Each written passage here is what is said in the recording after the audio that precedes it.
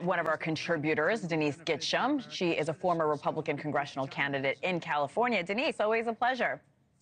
So great to be on with you, Hannah. We know Harris will argue that Trump is playing politics with the border instead of trying to fix it. She said it before. There's no doubt she will say it again. How do you think the former president should respond?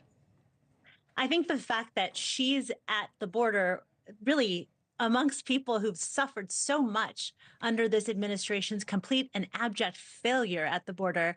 In Arizona alone, where she's going to visit today, there were a record 92,000 illegal crossings in 1 month, December of last year.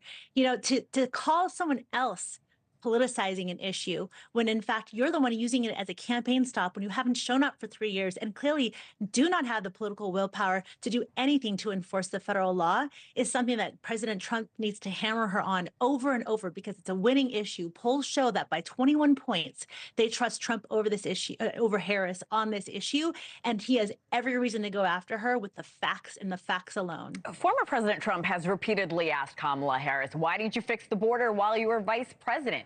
But in turn, can't she just blame him for killing the bipartisan bill? Well, she can try, but here's the thing. President Trump knows from experience in the Oval Office that he fixed the border with executive orders. He knows what's possible because he did it. He knows what's possible. And the fact that she's coming to the border instead of staying in Washington, D.C. and doing her job, she doesn't have to campaign about doing something in the future. Guess what? She can walk down the street right now in Washington, D.C. instead of campaigning all around the country to go and tell the ICE director who works for her to fix the problem. And she chooses not to, which shows you a lot more about her character and her trustworthiness than any platitudes she can go around talking about on a campaign trail. Look, I'm from California. I have suffered under Kamala Harris's reign as AG and DA in San Francisco, which is where I'm from. I know exactly what illegal immigration does to our state and our country. And what she has shown over and over is that she's not only not on the side of federal law enforcement, she's actually on the opposite side trying to undermine and has done that with sanctuary city policies that have destroyed the fabric of my state. I've spoken to campaign spokespeople from both sides, and I've criticized both sides for not providing much detail when it comes to a lot of their policies. With Trump, he really hasn't detailed how he plans to accomplish a lot of the border policies that he's putting forward. We do know he wants to do mass deportations. What does that look like? Who's going to pay for it? Your opinion here.